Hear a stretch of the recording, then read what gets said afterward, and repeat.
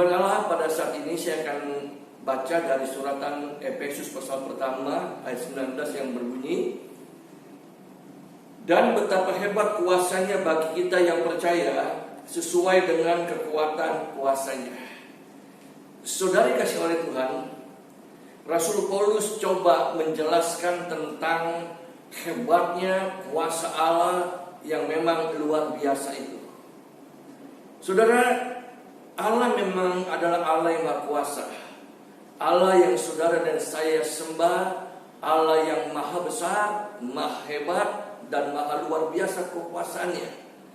Saudara, ya, dialah yang menciptakan langit, bumi, beserta dengan segala isinya. Dia juga yang berfirman, dikatakan hendaklah terang, maka terang pun jadi. Saudara, firman Allah juga firman yang berkuasa, karena itu keluar dari Allah sendiri. Allah dapat menciptakan dari yang tidak ada menjadi ada. Nah, di dalam Injil Yohanes pasal yang pertama dikatakan bahwa Allah itu, firman itu menjelma menjadi manusia yang kita kenal ya sebagai Yesus, disebut sebagai anak Allah. Nah, selama Yesus melayani kurang lebih 3,5 tahun di atas muka bumi ini, dia banyak mengadakan mujizat-mujizat. Kita bisa baca bagaimana orang buta bisa melihat, orang lumpuh bisa berjalan, ya, orang tuli bisa mendengar, orang bisu bisa berbicara, bahkan orang mati pun dia dapat bangkitkan. Luar biasa kuasa Allah dinyatakan ya pada pelayan Yesus pada waktu itu. Dan Rasul Paulus katakan dalam surat ini, ya memang kuasa Allah lebih besar, kuasa Allah hebat, tapi itu berlaku hanya bagi orang yang percaya kepadanya. Saudara, mari saat ini saya akan ajak kita lihat satu contoh ya di dalam kitab Kejadian. Kitab Kejadian pasal yang ke-15. Kejadian pasal yang ke-15. Saya akan baca ya ayat yang ke-5 dan ayat yang ke-6. Demikian bunyinya. Lalu Tuhan membawa Abraham keluar serta berfirman, coba lihat ke langit, hitunglah bintang-bintang. Jika engkau dapat menghitungnya, maka firman-Nya kepadanya, demikianlah banyak yang nanti keturunanmu. Lalu percaya Abraham kepada Tuhan, maka Tuhan memperhitungkan hal itu kepadanya sebagai kebenaran. Saudara, waktu itu memang Abraham sudah lanjut usia, ya, tetapi ya dia belum mendapatkan seorang keturunan, ya, dengan pernikahannya dengan Sarah. Sehingga ketika usianya makin lanjut, dia pikir ya dia tidak lama lagi akan meninggal, lalu harta warisan akan jatuh kepada Eliezer sebagai hambanya. Tetapi Allah berfirman kepada Abraham, tidak Abraham, keturunanmu lah nanti yang menjadi pemilik harta warisanmu. Lalu Allah membawa Abraham keluar dari tendanya. Allah katakan kepada Abraham, lihatlah ke atas, lihatlah bintang-bintang itu yang ada di langit, hitunglah berapa banyaknya. Saudara, demikian juga nanti keturunanmu seperti bintang-bintang yang tidak bisa dihitung banyak, begitu banyaknya. Dan ketika Allah berfirman demikian dan Abraham mendengarkannya, maka firman Allah katakan Abraham mempercayai apa yang Allah firmankan. Dan firman Allah katakan kepercayaan Abraham itu diperhitungkan sebagai satu kebenaran. Saudara, memang ya Abraham memang harus menunggu ya waktu Allah bekerja. Abraham memang harus menunggu ya bagaimana Allah menjadi mujizat yang luar biasa dalam kehidupannya. Saudara, ketika dia keluar dari negeri yang Allah perintahkan Tuhan dan bapaknya, dia berusia 75 tahun. Saudara bayangkan ya ketika dia umur 100 tahun, bagi seorang laki-laki mungkin sudah mulai berkurang tenaganya. Ya, Sarah waktu itu umur 90 yang dikatakan bahwa dia sudah tidak datang bulan lagi. Dia juga sudah tidak mempunyai kerinduan untuk berhubungan badan. Tapi pada waktu itulah ya ketika Abraham umur 100 tahun dan Sarah umur 90 tahun, anak itu diberikan kepada Abraham. Sehingga waktu itu Ishak lahir ketika usianya sudah 100 tahun. Saudara, sesuatu yang mustahil bagi manusia. sesuatu yang tidak mungkin bagi manusia. Tetapi justru di saat yang tidak mungkin, sesuatu yang mustahil itulah ya bagi manusia, Allah nyatakan kuasanya, Allah nyatakan kehebatannya, Allah nyatakan pertolongannya, Allah dengan mujizatnya, sehingga pada waktu itu ya Sarah dapat melahirkan seorang anak laki-laki dan diberi nama anak itu Ishak. Saudara, puji Tuhan, kita lihat betapa luar biasanya ya kuasa Allah bagi orang-orang yang percaya. Namun saudara, ya firman Allah ini juga berlaku untuk saudara dan saya yang hidup di hari-hari yang terakhir ini. Ya Allah juga menyatakan kuasanya hebat itu bagi seorang yang percaya kepadanya.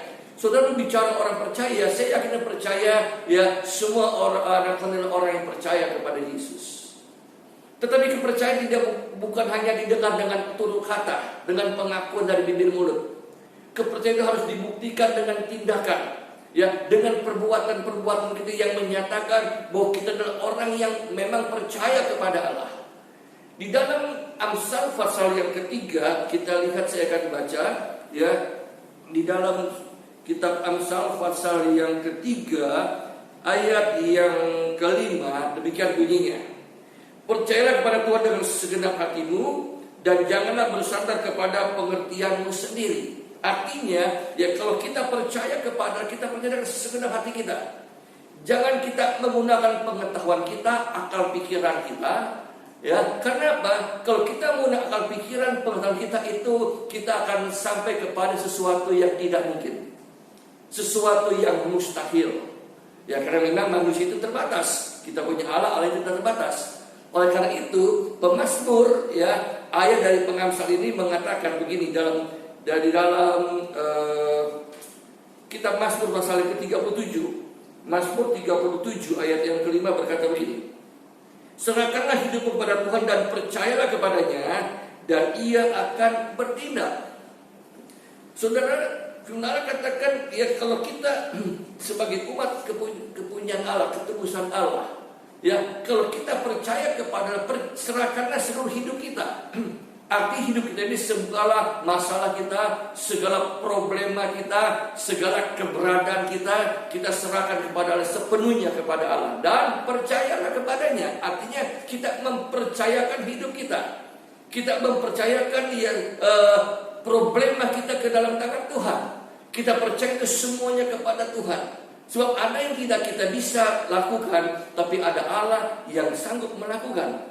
Dan contohnya ketika Yesus memakan 5.000 orang, ya waktu itu berkata kepada Filipus, beri mereka makan. Filipus katakan uang 300 dinar tidak cukup untuk memakan orang sebanyak ini. Andreas mencari, dan sekian ribu orang dia mencari dan mendapatkan seorang anak yang berkata, dia katakan hanya ada 5 roti dan 2 ekor ikan. Untuk apa? Nggak ada artinya buat orang sebanyak ini.